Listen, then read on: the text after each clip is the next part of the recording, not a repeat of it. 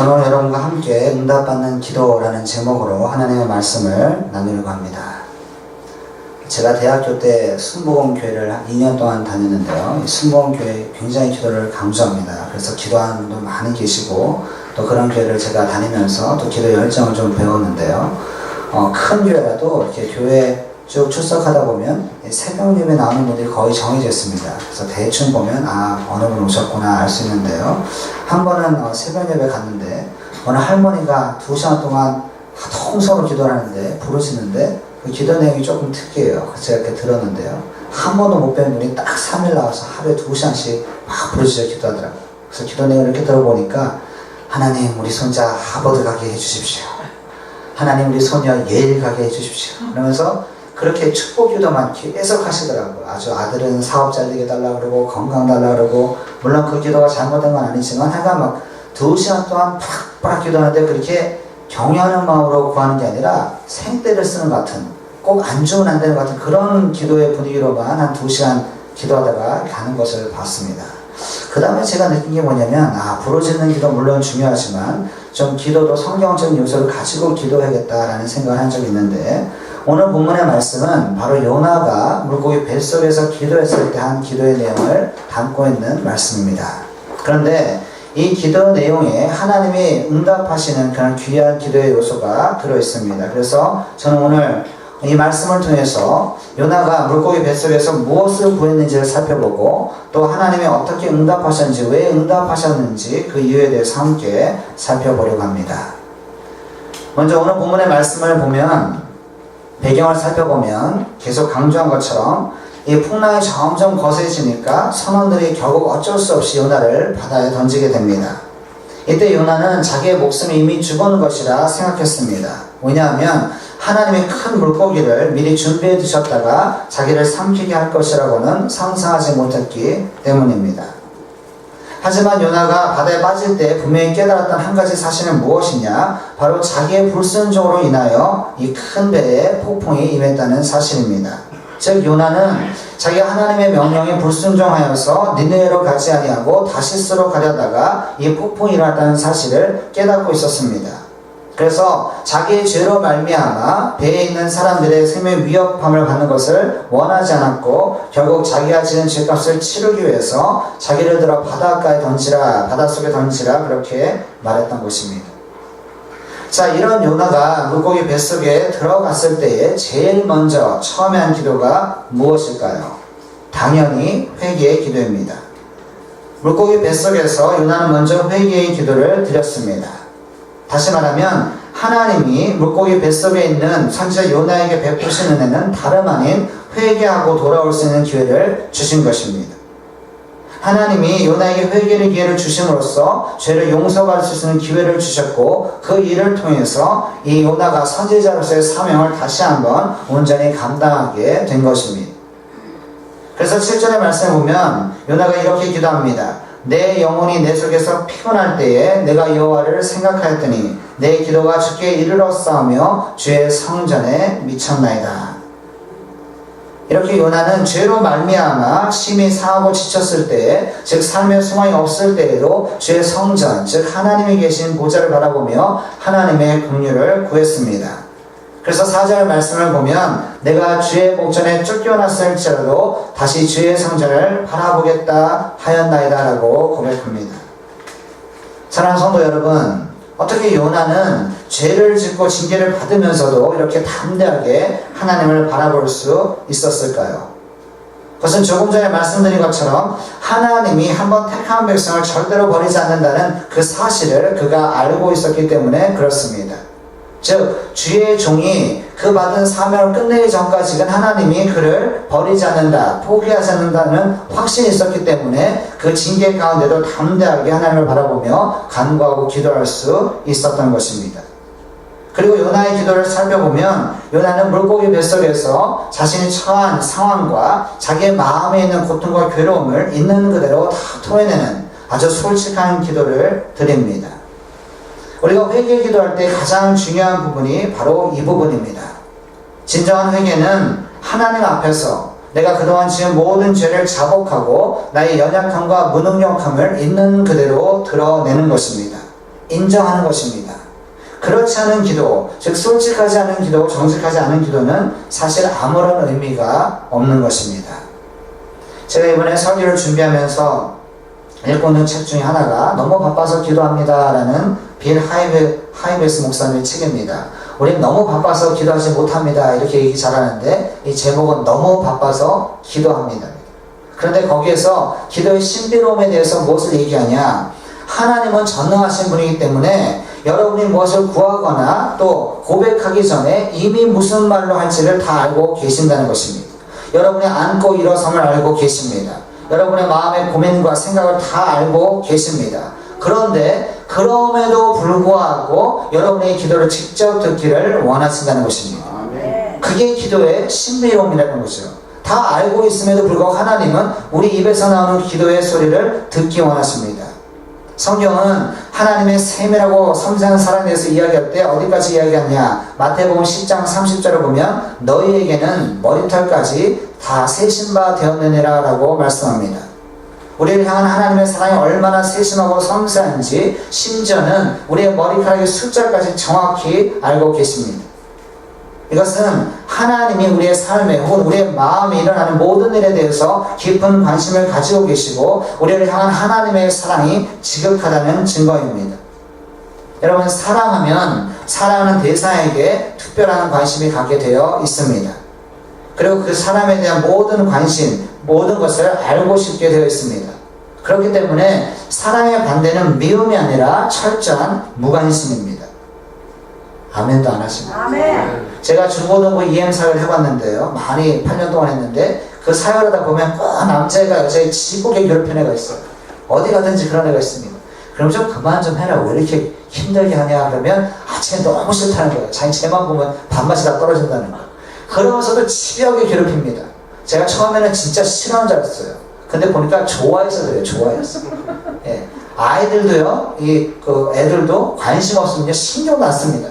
뭐 그 여자가 무슨 옷을 입고 왔든지 뭐라고 말하든지 신경도 안 쓰는데 자기가 마음 있으면 찝쩍 건드리고 괴롭혀서라도 일단 얘기하고 자꾸 부딪히는 거예요. 그러니까 나중에 알고 얘가 관심 있어서 그렇구나 그렇게 본 적이 있습니다. 여러분, 사랑하면 그렇게 관심이 있는 것처럼 하나님이 우리를 사랑하시기 때문에 이미 알고 계심에도 불구하고 우리에게 그 모든 것을 신이 듣기를 원하시는 것입니다. 그리고 그뿐만 아니라 우리가 잘못된 길을 갈 때에 하나님이 징계하셔서라도 하나님께로 돌아오게 하시는 그런 역사를 일으키시는 것입니다. 그래서 믿는 자는 징계를 받을 때에도 하나님이 우리를 사랑한다는 그 확신을 가지고 기도할 수 있습니다. 신약 보면 히브리서 12장 6절에서 8절을 보면 하나님의 사랑과 징계에 대해서 이렇게 말씀합니다.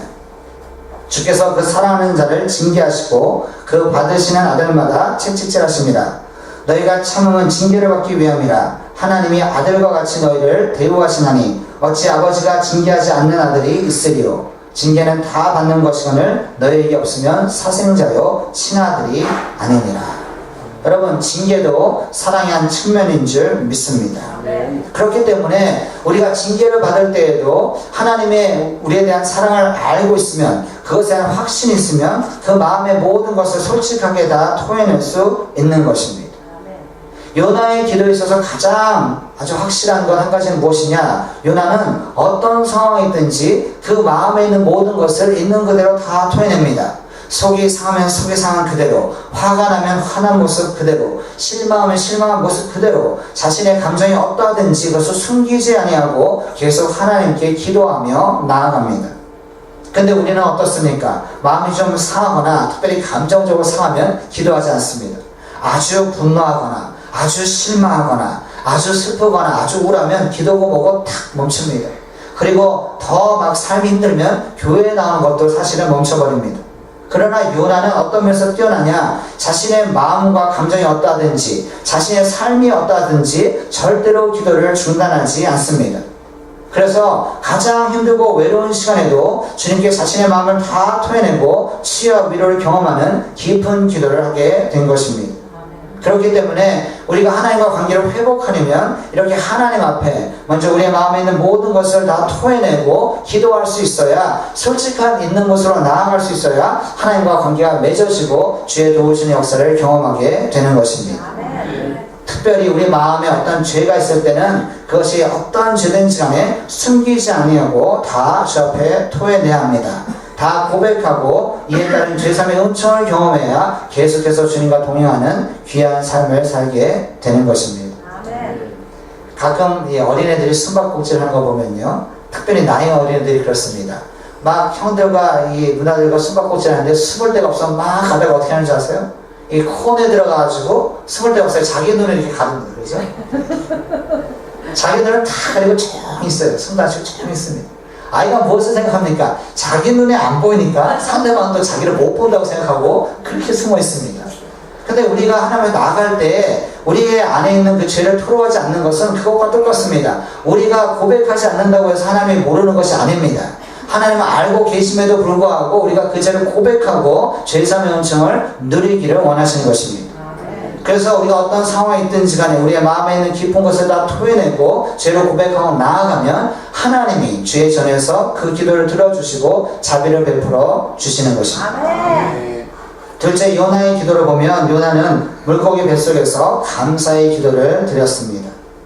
6절에 보면 내가 산의 뿌리까지 내려갔사오며 땅이 그 빗장으로 나를 오래도록 막았사오나 나의 하나님 여호와여 주께서 내 생명을 구덩이에서 건지셨나이다 라고 고백합니다. 또 9절의 앞부분을 보면 나는 감사하는 목소리로 주께 제사를 드린다 그렇게 이야기합니다.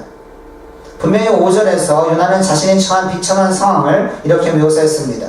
물이 나를 영혼까지 둘러싸며 기품이 나를 애워싸고 바다풀이 내 머리를 감쌌나이다. 이렇게 자기의 비참한 상황 그대로 있는 그대로 표현했지만 그 다음에 어떤 일이 일어날지 모르는 상황이라도 일단 바다에서 목숨을 건져주신 하나님께 감사하며 나아갔습니다. 사실 요나처럼 이렇게 뜻밖의 고난 속에서 감사한 일이 쉽지는 않습니다. 특별히 요나처럼 갑자기 어두컴컴한 이 물고기 뱃속에 갇혔을 때에 이런 절망적인 상황에서 감사 기도를 한다는 것 그렇게 쉽지가 않습니다. 그리고 이런 상황에 갇히면 요나에게 두 가지의 선택이 있습니다. 하나는 뭘까요? 감사가 아니라 불평하고 나갈 수도 있습니다. 하나님, 내가 그렇게 니느웨에 가기 싫어서 다시스로 가면 좀 그냥 놔두시면 되지. 왜 굳이 폭풍까지 일으키고 물고기까지 보내서 나를 이렇게 가두십니까? 이렇게 항의할 수 있습니다. 하나님, 내가 그렇게 니느웨 사람들에 대한 아픔이 있고 고통이 있어서 싫다 그러면 차라리 다른 사람을 쓰시면 되지 왜 이렇게 집요하게 나를 괴롭히십니까? 라고 항의하고 불평할 수도 있습니다. 그러나 요나는 그것을 선택하지 아니하고 일단 자기의 생명을 구원해 주신 하나님께 감사하며 기도의 문을 열기 시작합니다. 여러분, 삶에 어려움이 있을 때에 원망과 불평이 계속 나올 때 그것을 멈추지 아니하면 감사가 사라지면 점점 더 삶이 무겁게 느껴지게 되어 있습니다. 또 좋게 가지고 있는 여러분의 손 안에 있는 것도 불평하고 원망하면 놓칠 수 있게 됩니다. 빼앗기게 됩니다. 하지만 어떤 상황이라도 먼저 감사할 수 있는 조건을 찾고 기도하고 나아가면 하나님께 계속해서 감사할 수 있는 조건을 더하게 하실 줄 믿습니다. 마태복음 25장 29절에 보면요, 무릇 있는 자는 받아 풍족하게 되고 없는 자는 그 있는 것까지 빼앗기리라 라고 성경에 말씀합니다. 이 말씀은 달란트 비유 맨 끝에 주님께서 하신 말씀인데 여러분 잘 아는 것처럼 5달란트, 2달란트, 1달란트 받은 사람이 있습니다. 그런데 주님이 칭찬한 내용을 잘 읽어보면 또 종들이 한 대답을 잘 보면 5달란트 받은 사람이 5달란트 남겨서 칭찬받은 것보다는 어떠한 마음으로 그 달란트를 가지고 일했냐에 따라서 주님이 칭찬한 모습을 볼 수 있습니다. 무슨 말이냐면 5달란트 받은 종이 만약 열심히 일하다가 감사하면서 일하다가 5달란트를 다 잃었다면 주인이 어떻게 했을까요? 사업에 망했다고 또 달란트 제대로 못 썼다고 책망하거나 꼬시렸을까요? 저는 그렇게 생각하지 않습니다. 주님은 실제적인 유익보다도 먼저 그 사람의 마음에 감사한 것을 보았다고 믿습니다. 여러분, 1달란트 쓰지 않은 종, 악한 종의 이유가 무엇입니까? 종은 주인에 대한 마음이 벌써 틀립니다. 당신은 심지 않은 데서 거두는 사람이요 해치지 않는 데서 모으는 사람이 이렇게 주인에 대한 원망과 또 불평이 있었기 때문에 1달란트를 쓰지도 않고 땅에 묻어버린 것입니다. 그래서 나중에 주인이 돌아온 다음에 어떻게 합니까? 불평하는 자, 원망하는 자의 것을 뺏어서 있는 자에게 5달란트 받은 자에게 더 줍니다. 이렇게 하나님은 어떤 하나님이시냐? 감사하는 자에게 감사할 것을 더해주시고 불평하고 원망하는 자에게는 그 있는 것도 뺏어 가신다는 것입니다. 굉장히 불공평한 것 같지만 하나님은 어떠한 경우에라도 우리의 원망과 불평을 들으실 이유가 없는 것입니다. 그렇기 때문에 우리는 어떠한 상황이라도 늘 감사하면서 하나님께 나아가야 할 줄 믿습니다. 아멘. 지금 이 순간에도 삶이 어렵다 하더라도 감사할 수 있는 한 가지 이유를 찾으면 그것 때문에 기도하면서 문제가 해결될 때까지 기도할 수 있는 힘을 얻게 되는 것입니다. 아멘. 그래서 골로새서 4장 2절의 말씀 보면 기도를 힘쓰고 기도에 감사함으로 깨어있으라 라고 성경은 분명하게 말씀합니다. 또 오늘 본문 8절의 말씀을 보면 9절 말씀 보면 이렇게 요나가 기도하는데요. 거짓되고 헛된 것을 숭상하는 모든 자는 자기에게 베푸신 은혜를 버렸사오나 나는 감사하는 목소리로 주께 제사를 드린다 그렇게 말합니다. 두 가지를 비교하는데요. 거짓되고 헛된 것을 숭상하는 모든 자는 자기에게 베푸신 은혜를 버렸다 그렇게 이야기합니다. 여러분 의외로 많은 사람들이 하나님의 은혜를 경험하고도 자기에게 베풀어 주신 은혜를 쉽게 망각합니다. 왜냐하면 우리는 하나님의 은혜를 깊이 경험하고 체험했음에도 불구하고 그것을 쉽게 잊어버리고 또 저버리는 그런 인간적인 보편적인 성향, 즉 죄성을 가지고 있기 때문에 그렇습니다. 그 대표적인 예가 바로 예수님이 열매의 중풍병자를 고쳐주실 때 나타난 사건입니다. 분명히 예루살렘으로 가시다가 열매의 중풍병자를 만나게 되어서 그들을 다 고쳐주었는데 그 열매의 문둥병자 중에 돌아와서 주님께 감사한 사람은 단 한 사람밖에 없습니다.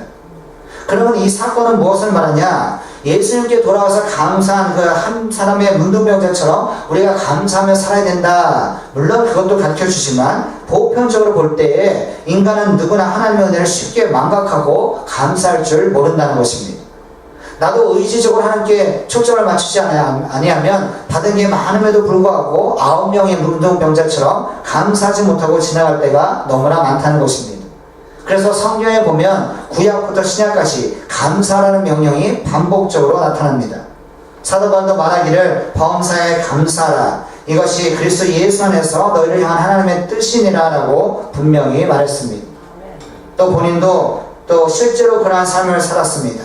여러분 바울과 실라가 복음을 전하다가 매를 맞고 감옥에 갇혔을 때 그들은 그 상황을 어떻게 극복합니까?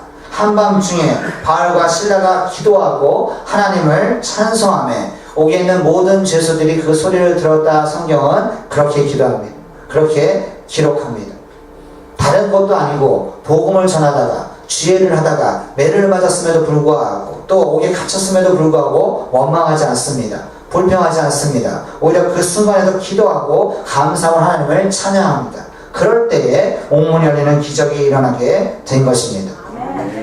그러므로 저와 여러분 어떤 상황이 있든지 간에 지금 내게 주신 축복 먼저 인정하고 감사하면서 계속해서 감사의 문이 열릴 수 있기를 바랍니다. 아멘. 마지막으로 요나는 하나님께 서원의 기도를 드렸습니다. 창세기 28장을 보면 야곱이 에서의 분노를 피해서 삼촌 라반의 집으로 도망갈 때에 해가 저물어서 돌을 베개로 삼고 잠이 듭니다. 그리고 꿈에서 사닥다리를 오르락 내리락 하는 하나님의 천사를 보게 되고 하나님의 음성을 듣습니다. 기가 막힌 축복의 약속을 받습니다. 그러자 야곱이 어떻게 반응합니까? 아침에 일찍이 일어나서 하나님만 따르며 하나님께 나아가겠다고 11조를 드리겠다고 서원합니다. 또 한나도 보면 분이나 때문에 괴로울 때에 뭐라고 기도했냐면 여종을 돌아보시고 만약 아들을 주신다면 내가 그를 여호와께 드리고 그의 머리에 삭도를 대지 않겠다라고 서원하며 나아갔습니다. 이렇게 성경을 보면 가끔씩 중요한 때에 서원 기도가 나오는데 이 서원 기도란 그저 입으로만 말로만 하나님께 감사드리는 것이 아니라 미력하지만 행함을 통해서 하나님께 영광을 돌리겠다는 기도의 내용입니다. 그래서 요나는 물고기 뱃속에 있을 때에 하나님의 은혜와 자기의 죄를 깨닫게 되었고 하나님의 명령하시는 그 일을 하겠다고 서원함으로써 하나님의 은혜를 갚을 수 있는 선한 행실로 주님께 나아간 것입니다. 그래서 요나는 이 서원을 통해서 하나님 앞에서 저버린 선지자의 의무를 감당하게 되었고 동시에 하나님의 구원을 마음껏 찬양하게 된 것입니다. 여러분 서원을 한다는 것은 마음을 새롭게 결단하는 결단의 기도를 드리는 것과 같습니다. 그래서 바울도 선교 여행할 때에 겐그리아에서 일찍이 서원한 대로 머리를 깎았습니다. 왜 그가 무엇 때문에 서원했는지 정확하게 기록하고 있지는 않지만 이 주석가들은 어떻게 표현하냐, 이 자기의 선교 여행이 형식적이고 또 외형적으로 그치는 것이 아니라 처음의 마음으로 순수하게 하기 위해서, 새로운 마음으로 선교 여행하기 위해서 머리를 깎았다, 그렇게 해석합니다. 어쨌든 하나님이 받으시는 온전한 기도는 입술로만 고백되는 기도가 아니라 삶에서 하나님이 받으실 만한 그런 열매를 맺는 기도가 나올 때 하나님이 그 기도에 선하게 응답하시는 줄 믿습니다. 그래서 이렇게 종합해보면 요나는 물고기 뱃속에 있을 때에 진정한 회개와 감사와 서원의 기도를 하나님께 올려드렸고, 그 결과 하나님의 긍휼을 힘입어서 물고기 뱃속에서 나오는 구원을 경험하게 된 것입니다. 이제 말씀을 정리하려고 합니다. 요나는 물고기 뱃속에 갇히는 절박한 상황에서도 하나님께 온전한 기도를 드렸습니다. 그러므로 오늘을 살아가는 저와 여러분들도 어떠한 문제와 힘겨운 상황에서도 소망을 잃지 아니하고 마음에 있는 것을 다 토해내고 감사할 것을 감사하면서 하나님만 바라보며 나아갈 수 있기를 바랍니다. 아멘. 그럴 때에 요나를 물고기 뱃속에서 나오게 하신 전능하시고 신실하신 하나님이 우리의 삶의 여러 가지 문제를 해결하여 주시고 넉넉히 승리하게 하실 줄 믿습니다. 아멘. 이런 도우심을 또 기이한 역사를 경험하는 여러분 모두가 될 수 있기를 주님의 이름으로 축원합니다. 아멘.